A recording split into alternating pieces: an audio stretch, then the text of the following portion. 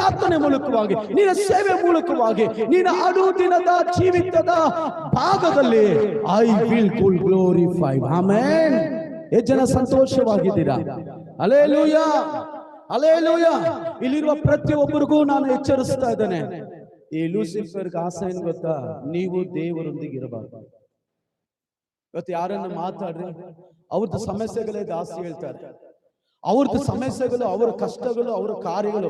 ನಾನು ಹೇಳ್ತಾ ಇದ್ದೀನಿ ಸಹೋದರ ಸಹೋದರಿ, ನಮ್ಮ ಬಾಯಿ ದೇವರನ್ನ ಘನಪಡಿಸಿದ್ರೆ, ನಮ್ಮ ಬಾಯಿ ದೇವರನ್ನ ಸ್ತುತಿಸಿದ್ರೆ, ನಮ್ಮ ಬಾಯಿ ದೇವರನ್ನ ಮೇಲಕ್ಕೆತ್ತಿದ್ರೆ, ನಮ್ಮ ಸೇವೆಯಲ್ಲಿ ದೇವರನ್ನ ಉನ್ನತ ಪಡಿಸಿದ್ರೆ ನಾವು ಈ ಮಟ್ಟಕ್ಕೆ ಇರ್ತಾ ಇದ್ದಿಲ್ಲ. ಹಲ್ಲೆಲೂಯಾ.